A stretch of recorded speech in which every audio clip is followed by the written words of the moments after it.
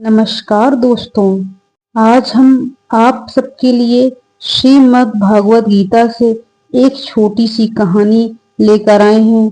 किसी चिड़िया की दृढ़ निश्चय की एक रोचक कहानी है। बहुत समय पहले की एक बात है। एक छोटी सी गौरैया समुद्र के किनारे अपना घोंसला बनाकर रहती थी। वहां उस गौरैया ने 2 अंडे दिए। सुबह होने पर वह 2 अंडे को अपने छोड़कर दाना चुगने के लिए निकल जाती थी। शाम को उस गौरैया जब दाना चुनकर वापस आई तो अपने घोंसले में देखा कि उसके बच्चे दोनों अंडे उसमें नहीं थे। वो घबरा गई, अपने आसपास देखा पर कहीं भी उसके अंडे नजर नहीं आए। तब उस गौरैया ने समुद्र से पूछा, हे समुद्र, मैंने यहाँ 2 अंडे रखे थे, मेरे 2 अंडे कहाँ गए? तुमने देखे हैं? तब समुद्र इठला कर बोला, तेरे अंडे का मुझे क्या पता। समुद्र के इठलाने से गौरैया को अंदाजा हो गया कि उसके अंडे समुद्र ने ही चुराए हैं। वह समुद्र से बोली कि तुम्हारे यहाँ और कोई नहीं आता है, इसलिए तुम्हें जरूर पता होगा इस समुद्र के पास तुम्हारे सिवा कोई नहीं रहता है। तुम्हें जरूर पता है कि मेरे अंडे कहाँ हैं। तुमने ही मेरे अंडे को चुराया है। अब तुम ही मेरे अंडे को वापस करो। गौरैया की यह बात सुनकर समुद्र को बहुत हंसी आई। तब समुद्र बड़े अहंकार में बोला कि मुझे नहीं पता है कि तुम्हारे अंडे कहाँ हैं। अगर तुम ढूंढ सकती हो तो ढूंढ लो। यह सुनकर गौरैया गुस्से में बोली, मेरे अंडे वापस करो तो मैं पूरे समुद्र का पानी सुखा दूंगी। यह सुनकर समुद्र गौरैया पे हंसने लगा। गौरैया गुस्से में समुद्र को एक निगाह से देखने लगी, एकटक देख रही थी।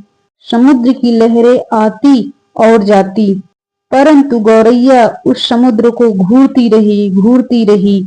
तब गौरैया बोली, समुद्र तुम ऐसे नहीं मानोगे, अब मैं तुम्हारा पानी सुखा कर ही रहूंगी।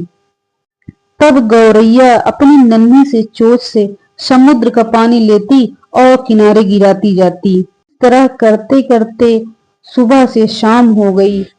शाम के समय अन्य पक्षी गौरैया से मिलने आए और बोले, गौरैया, आज तुम दाना चुगने क्यों नहीं आई थी?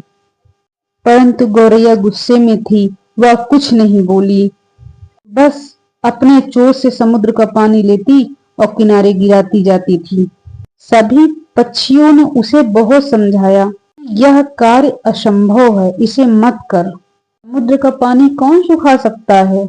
लेकिन गौरैया बोली कि मैंने प्रण किया है, मैं इस समुद्र का पानी सुखा कर ही रहूंगी, जिससे मेरे अंडे मुझे वापस मिल जाएंगे। इसी दृढ़ निश्चय के साथ गौरैया अपने कार्य में लगी रही। जब वह थक जाती तो थोड़ी देर रुक जाती थी, फिर कुछ देर बाद अपने कार्य में दृढ़ निश्चय के साथ लग जाती थी। यह सिलसिला 3 से 4 दिन तक चलता रहा और गौरैया का स्वास्थ्य जो है धीरे धीरे गिरने लगा। यह देखकर सभी पशु पक्षी प्राणी हैरान थे। सबको उसकी चिंता होने लगी। तब सभी पक्षी मिलकर पक्षियों के राजा के पास गए। तब सभी पक्षियों ने पक्षियों के राजा गरुड़ महाराज से कहा कि ये नन्ही सी गौरैया अपनी जिद पर अड़ी हुई है। ये इतने विशाल समुद्र का पानी सुखाने का प्रयास कर रही है। यह सुनकर गरुड़ देव समुद्र तट पर गौरैया के पास पहुंचे। तब गरुड़ पक्षी ने कहा कि गौरैया, तुम्हारी हम कुछ मदद कर दें, चोंच कुछ बड़ी है। तब गौरैया गुस्से में बोली कि यह मेरा काम है, मुझे ही करने दो, मुझे किसी की मदद नहीं चाहिए। गरुड़ देव समझ गए कि यह अपने बच्चों की चिंता से परेशान है। तब गरुड़ देव भगवान श्री विष्णु के पास पहुंचे। तब उनसे मदद की विनती करने लगे। बोले, हे प्रभु, आप सृष्टि के रचयिता हैं, अब आप ही कुछ चमत्कार कर सकते हैं। यह नन्ही गौरैया जिद में आकर समुद्र का पानी सुखाने के लिए ठान बैठी है, जो कि संभव नहीं है।